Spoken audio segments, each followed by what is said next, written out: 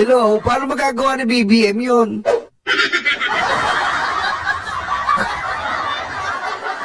Diba? Paano niya mapapasa executive yun? Oo. Dito pa, meron pa sinasabi. Tingnan natin ito, matandang to. Kaalyado noon, whistleblower na ngayon. Mabibigat na alegasyon na naman ang binitawan ni dating Ilocos Sur Governor Chavit Singson laban kay PBBM. Pero para sa Malacanang, ito'y puro paninira lamang. Ang detalye sa agenda report ni Hannah T. Former Ilocos Sur Governor Chavit Singson si Pangulong Bongbong Marcos sa isang debate. Mastermind daw kasi ang Pangulo pagdating sa korupsyon ayon kay Singson. At anytime soon, posible raw ang pagpapatalsik sa kanya. Ang advice Anong anytime soon posible? Ang tagal niya nga pinapatalisik eh. Sanay na kami. Wala bang bago? Yung pa rin ang moves nyo eh. Anong anytime soon? Lagi nyo nga pinapatalisik ko ng panalo eh. so sa my former friend, dapat sumuko na siya. Mas maganda kung sumuko sa pulis o sa military. Ayop. Wala kang ligtas dito. Hindi ka makakaligtas. Ang laki yung ginawa yung kalukuhan. Inilatag niya ang mga akusasyong orchestrated ang mga ginawa ni PBBM nitong nakaraang taon para manatiling malinis ang kanyang pangalan. Halimbawa raw ang nooy pagpirma ni PBBM sa 2025 budget o General Appropriations Act. Sa kabila ng irregularities umano nito, kabilang ang di umano'y invalid at blank line items. At dahil bumagsak daw ang public rating ng Pangulo, sinundan daw ito ng deliberate image building niya. Para magmukha raw itong mabait, kabilang ang ilang serye umano ng scripted interviews ni PBBM. Si Singson, na dating presidential friend at advisor, tila inilaglag ang Pangulo dahil noong 2024 SONA raw nito, ifinlex nito ang 5,500 flood control projects na Kita mo ha, nung pumunta yan sa rally, binuyan eh, magnanakaw. Hindi mo binuyan sa rally. Yung rally sa EDSA, pumunta siya eh, kala niya, EDSA tsaka Luneta, kala niya, tontuwa yung tao sa ginawa niya eh. Yung expose niya nung kay BBM, kala niya tontuwa yung tao. Kala niya yung tao talagang gustong-gusto yung ginawa niya. Sabi niya, magnanakaw, takbo siya, uwi siya.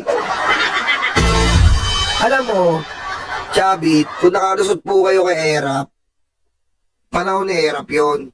Pero ngayon, ang tanong, ano po ba ang kwalifikasyon nyo? Eh, kayo ang grabe. Grabe nagpayaman sa mga illegal.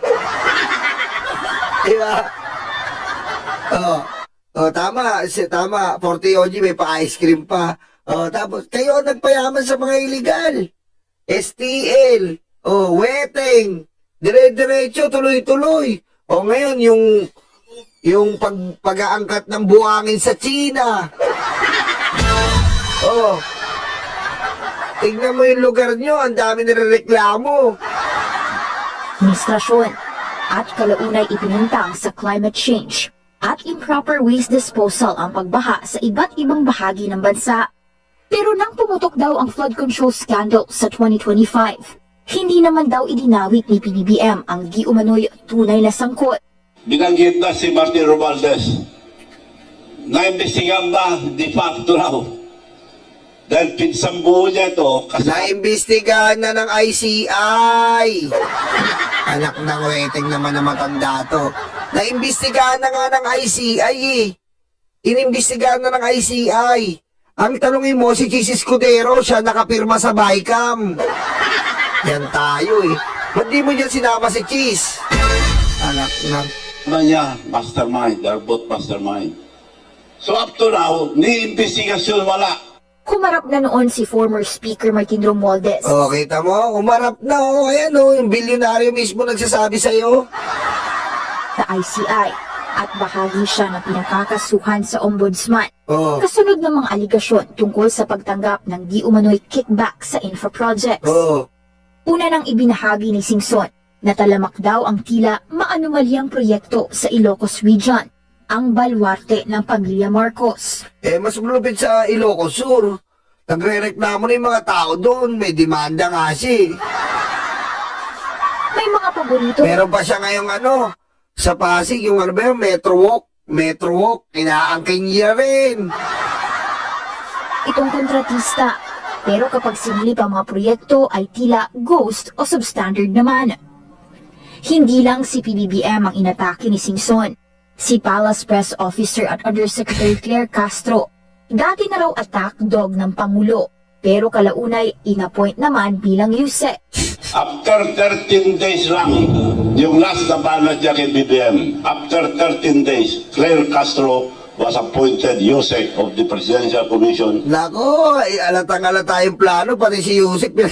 Anong kinalaman ni Yusik sa flood control?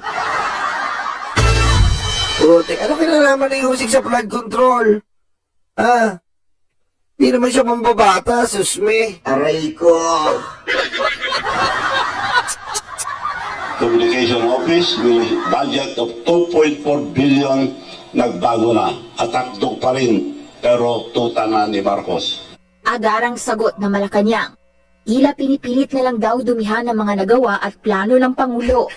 Alam na raw ng taong bayan ang pagkakaiba ng isang totoong makabayan sa isang gusto lang iangat ang bansariling kapakanan. Tama. Hindi raw nagpapakabayani si PBBM ayon kay Castro at obligasyon nitong linisin ng gobyerno. Pero dahil marami na raw naaapektuhan sa aksyon ng Pangulo, tila may mga gumagawa na lang daw ng mga kwento para ibagsak siya. Yan ay matapos hindi makinabang at hindi mapagbigyan ng iilan sa kanila. Kaya raw pinipili ng mga ito manira. Hindi kasi pinapagbigyan. Hindi na pagbigyan dun sa inihiling niyang STL. Yan. Nagwala. Anang isiniwalat ni Singson ang pag-atras sa suporta sa Marcos administration sa kabila ng pagtulong nitong manalo si PBBM sa eleksyon. Tila kinalimutan na raw kasi siya ng Pangulo at hindi nabigyan ng director-level position. Gusto kasi niya, suportahan din ni BBM yung mga illegal niya. Hindi naman po pwede yun. Hindi pwede suportahan yung mga illegal mo. Ayon sa kanyang mga pahayag noong 2025, tiniming ng dating gobernador ang kanyang mga paratang sa 2026 sa pagpatak ng 40 years matapos ang ouster ng ama ni PBBM na si Marcos Sr. noong 1986. Hihintayin daw ni Singson ang pag-aproba ng palasyo tungkol sa hamon niya sa debate. Kasabay nito, balak din ng dating presidential friend ang pagkasa ng one-time big-time rally para ipanawagang labanan ang korupsyon. Ayan pangalan pa lang. One time, big time rally.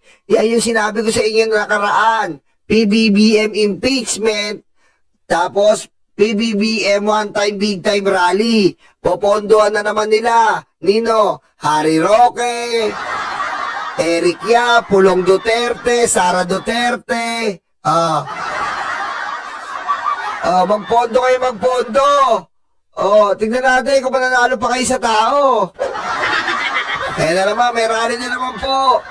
Kaya naman, bayad na naman. Umaapaw, buwaba na naman po ang pera. At anyayahan ang ilang mga grupong dumalo. Para sa agenda, Hannah T. Billionario News Channel. Puro pamilya lang. Yan din ang banat ng Malacanang sa debate challenge ni Manong Chavit. Dagdag ni Yusek Claire Castro, ang paglaban sa korupsyon ay hindi dinadaan sa debate, kundi Tama. sa pag-aksyon para mapanagot ang dapat managot. Tama. At yan daw ang ginagawa ng Pangulo ngayon. Sana rin daw noon sila naghamon ng debate nang aminin ni dating Pangulong Rodrigo Duterte na talamak ang ghost projects noong panahon niya, pero hindi naman naimbestigahan. Tama. Panahon ni Duterte, sorry. Thank you para Eduardo para pakimondo si Susan Lebrando. Sige. Yung panahon ni Duterte, 11,000. Anong nangyari? Yumaman silang lahat. Walang nagawa. Bakit ka mo? Biro mo, pandemic, kumukubra sila ng bilyon. Yan ang nakakatakot. Pandemic. Nag-flood